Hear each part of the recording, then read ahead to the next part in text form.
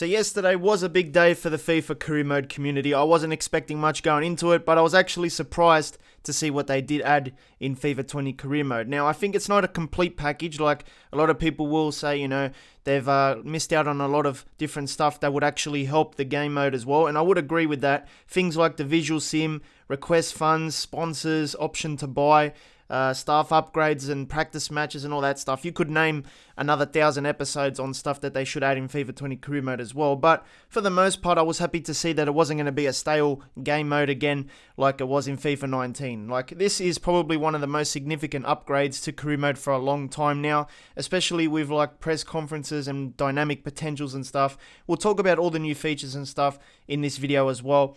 I did a reaction video yesterday, which was like my live reaction for the first time seeing the news. So if you want to watch that, make sure you check it out. It was uploaded yesterday. Today, we're going to be doing a deep dive. We're going to be taking a look at the pitch notes.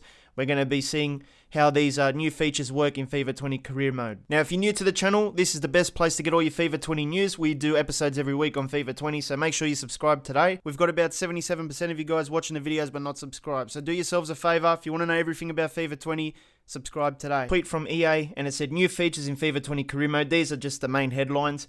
Manager customization, morale management, and dynamic player potential. And then they linked off to a site where you can get the full info. And I'm sure most of you guys checked out this website. It's basically outlining the main headlines for career mode this year, but it doesn't do it that much justice because if you take a look at the pitch notes, there's so much more detailed information there. So yesterday I reacted to this page, so I'm not going to do it again, but let's take a look at the pitch notes now because I didn't really do it yesterday properly. So it starts off by saying, hey FIFA fans, this cycle has been an incredibly busy one for the entire career mode team. Alongside putting a lot of time and effort into the pre-production this year, we've worked towards building a number of brand new features that are focused on bringing more depth and authenticity to career mode. We hope you enjoy the news. Now, if you're a manager career mode player, you will be enjoying the news. If you're a player career mode player, you will not be enjoying the news because apparently they haven't really done much with player career mode this year. All the focus was on manager career mode. But anyway, let's start with the first new feature coming to career mode, press conferences and player conversations. Here is a screenshot, pre-match press conferences. It says, before specific matches throughout the season, the club will be hosting a pre-match press conference. So this won't be every game, this will just be every few.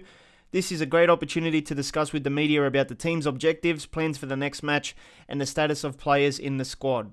Your answers will have an impact on player morale, which in turn affects their performance during the match. This is exactly what we asked for, man.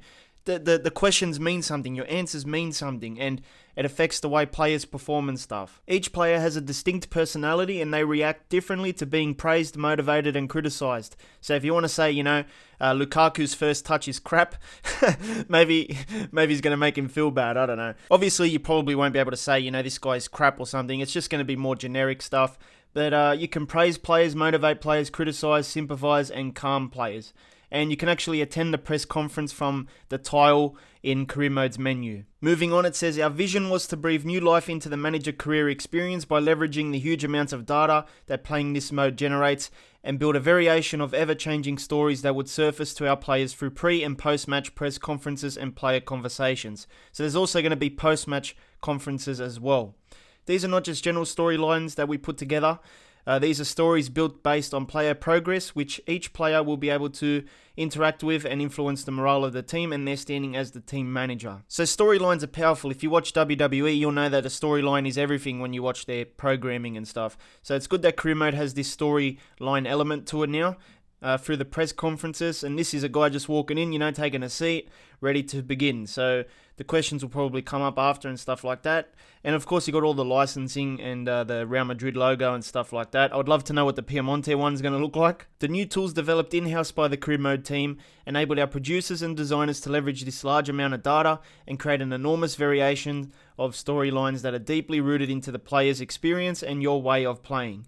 This means that the experience of each match will be treated differently by the journalists and will always feel authentic and dynamic depending highly on the outcome, goals scored, opponent, time of season or stage of competition and more. So basically what they're saying is it's not going to be generic questions, it's going to be very specific to your circumstances. Press conferences will represent the main venue where the manager will take questions and answer them both before important matches like maybe a derby or something, but also immediately after.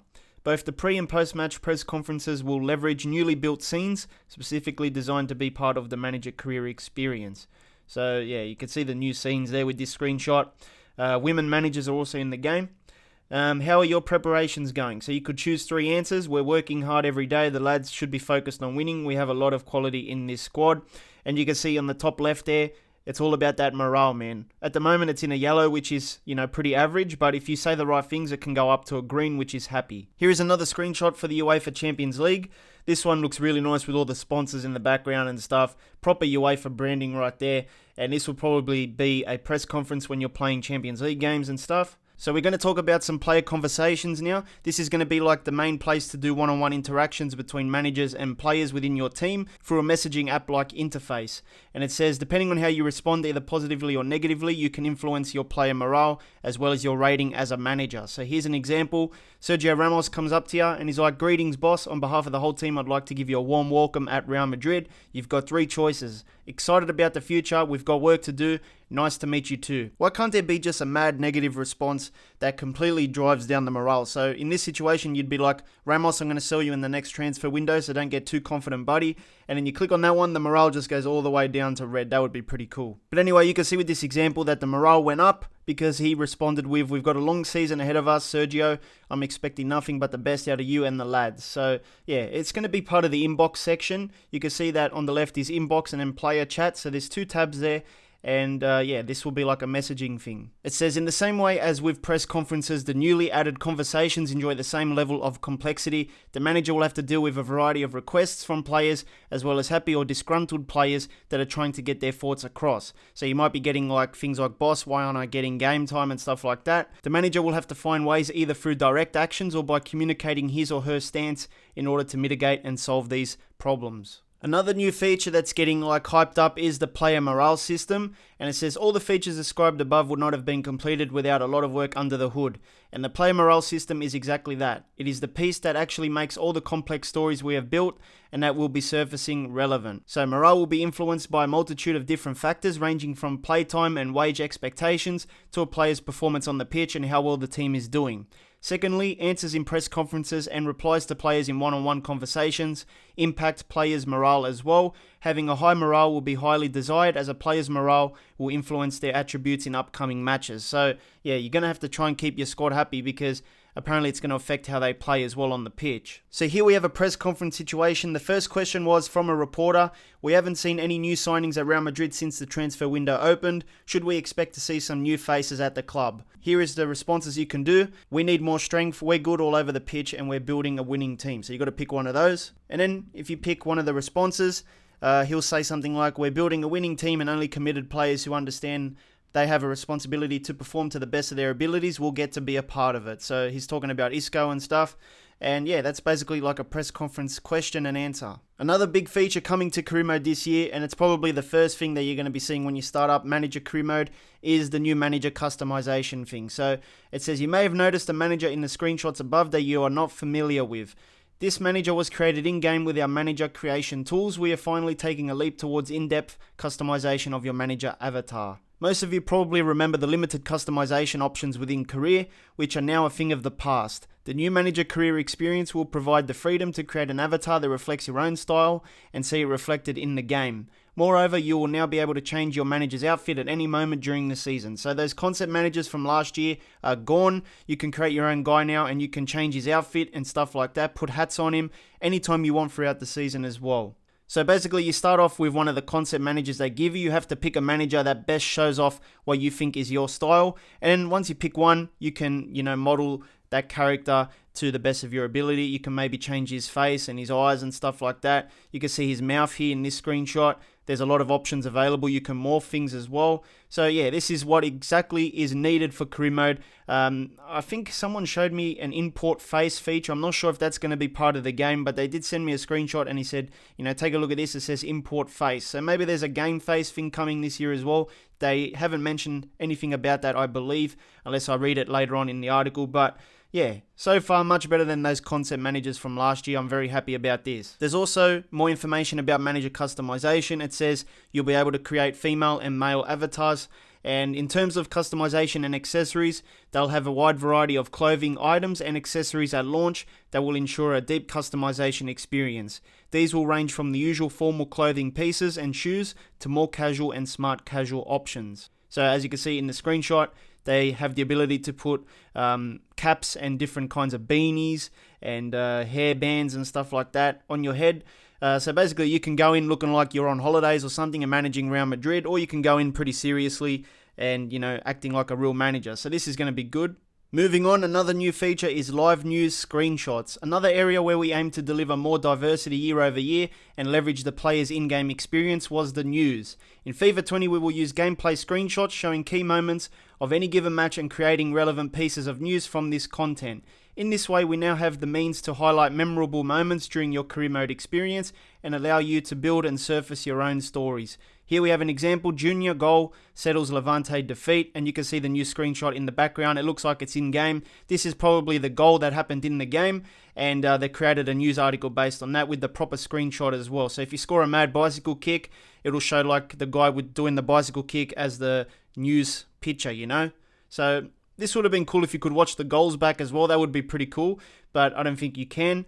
And pretty much the news tab and that is going to be the same as last year, but this new feature is basically just updating the screenshots to be more relevant to your in-game experience. Another new feature this year is League UI themes. It says, going even further into the realm of authenticity and creating experiences that are relevant for our users, we wanted to come up with a visual take that is unique for some of the most played leagues within career mode. The result is 5 unique central menu UI treatments that heavily reflect the authentic branding of the Premier League, Bundesliga, League One, La Liga, and MLS. Besides these, our players will still enjoy the Champions League and Europa League branded UI accompanying these competition fixtures. So if you're playing in those 5 leagues that they mentioned, you'll get a new UI design, but if you're outside of that, you'll probably just have like a generic thing, but you'll still have the Champions League and Europa League overlay. So one of the biggest things that is going to change the game completely is dynamic player potential. It is now in FIFA 20 career mode, and player potential is going to change based on their performances on the pitch.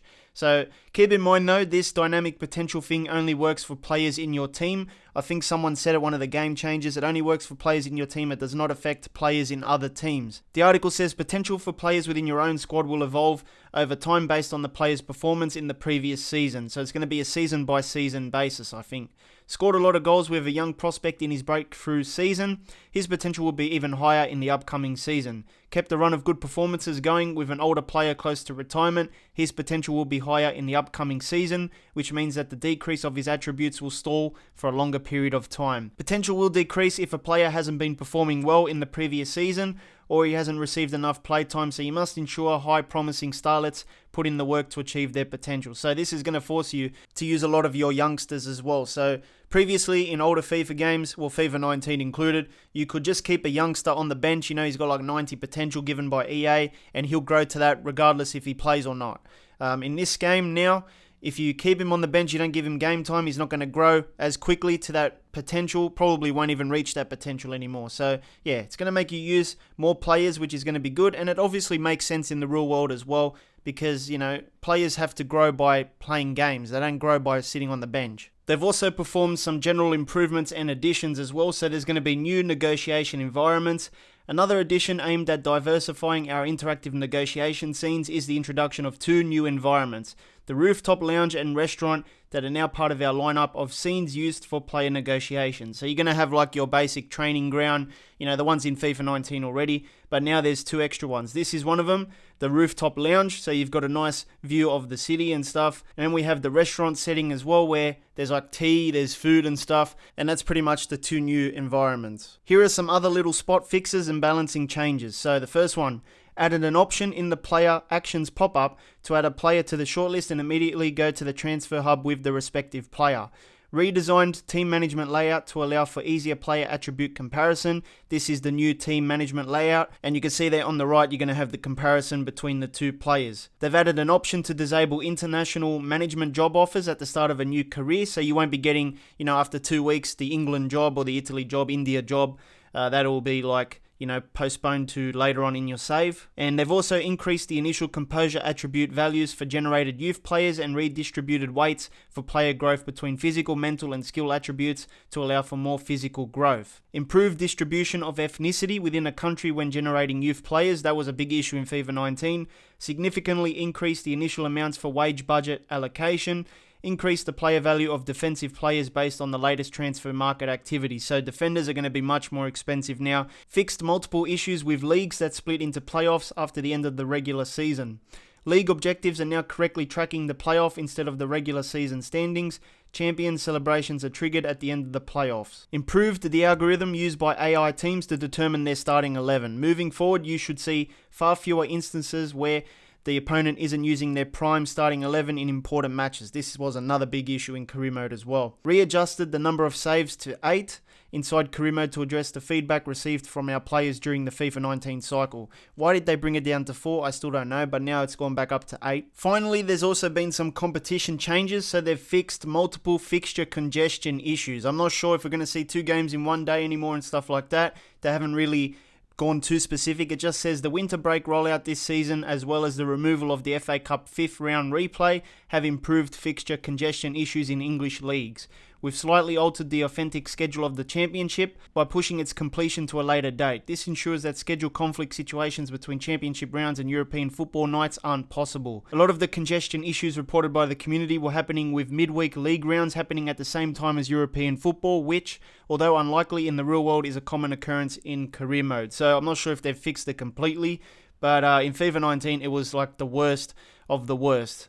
And hopefully it does improve in FIFA 20. They've also added the new format and schedule of the Spanish Super Cup. They've added support to round down the points in leagues that split into playoffs and halve the points such as the Austrian Bundesliga. Finally, they've updated usage of the 4th substitute in extra time to all competitions that support this new law of the game. In some bonus things, this is a image of when the press conference ends. It goes, "Thank you, I will not be taking any more questions." Also in this image you may have noticed that there's a notifications part in the central dashboard, and there's an email there that says captaincy suggestions. So you might be getting some new emails from the assistant manager telling you about like which captains might be good for your team chemistry and stuff, which could be useful. So there's a few hidden extras that they don't really talk about, which we'll probably uncover in the beta and stuff. And that's pretty much it, everything you needed to know about career mode in FIFA 20 so far. If you need something else to watch, make sure you click the card in the middle. It'll take you to my FIFA 20 news show. You can watch all the latest news for FIFA 20 right there, and I'll see you next time.